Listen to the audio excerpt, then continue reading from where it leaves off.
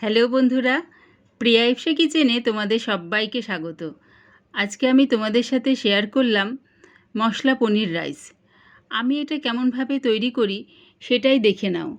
রেসিপিটা ভালো লাগলে বন্ধু ও আত্মীয়দের মধ্যে শেয়ার করে দিও। আমার নতুন বন্ধুদের কাছে অনুরোধ রইল, প্লিজ আমার চ্যানেলটিকে সাবস্ক্রাইব করে দিও।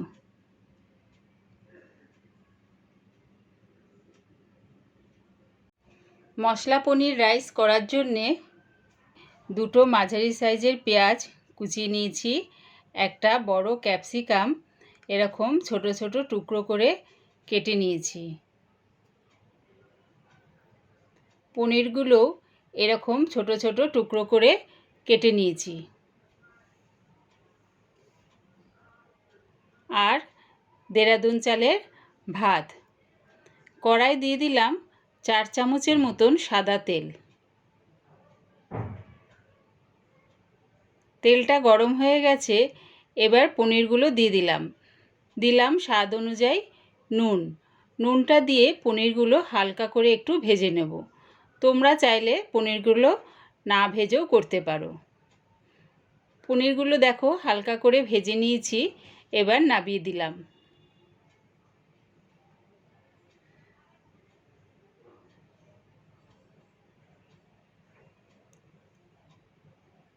ওই তেলেই দিয়ে দিলাম পেঁয়াজ কুচি। পেঁয়াজ কুচিটা দিয়ে হালকা লাল করে ভেজে নেব।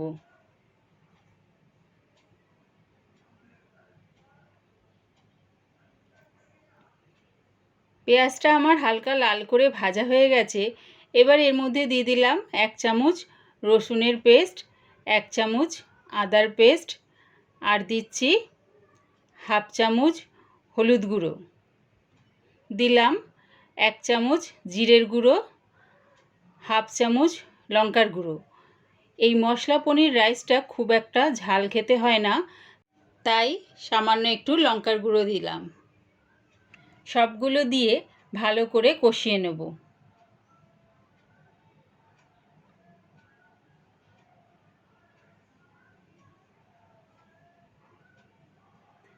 দিচ্ছি স্বাদ অনুযায়ী নুন। নুনটা দিয়ে আবারও আমি কষিয়ে নেব। দিলাম অল্প একটু জল। জলটা দিয়ে আবারও ভালো করে কষিয়ে নেব। মশলাটা সুন্দর করে কষালে খাবারের স্বাদ দ্বিগুণ মাত্রায় বেড়ে যায়।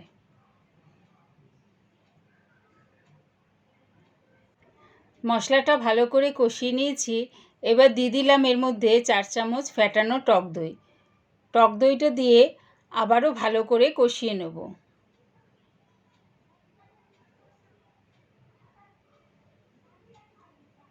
টক দইটা দিয়ে ভালো করে কষিয়ে নিয়েছি, দেখো তেলটাও ছেড়ে দিয়েছে। এবার দিয়ে দিলাম ক্যাপসিকাম কুচি। ক্যাপসিকাম কুচি দিয়ে একটু নাড়িয়ে চাড়িয়ে নেব মশলার সাথে। এবার দিয়ে দিচ্ছি পনির। দিলাম 2 চামচের মতন ঘি। ঘিটা দিয়ে মশলার সাথে পনিরটা একটু মিশিয়ে দেব।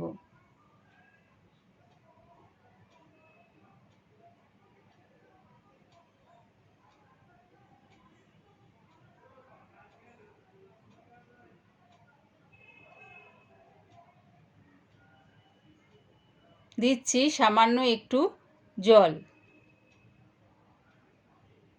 জলটা দিয়ে একটু ক্যাপসিকামটা নরম হয়ে যাবে, তাই সামান্য একটু জল দিয়ে নাড়িয়ে চাড়িয়ে নিলাম। এবার দিয়ে দেবো দেরাদুন রাইস। রাইসটা দিয়ে ভালো করে সবগুলোর সাথে মিশিয়ে নেব।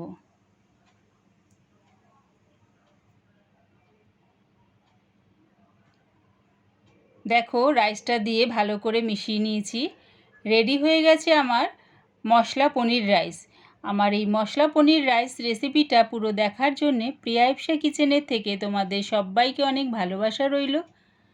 প্লিজ আমার চ্যানেলটিকে সাবস্ক্রাইব করে দিও, লাইক করে দিও, বন্ধু ও আত্মীয়দের মধ্যে শেয়ার করে দিও।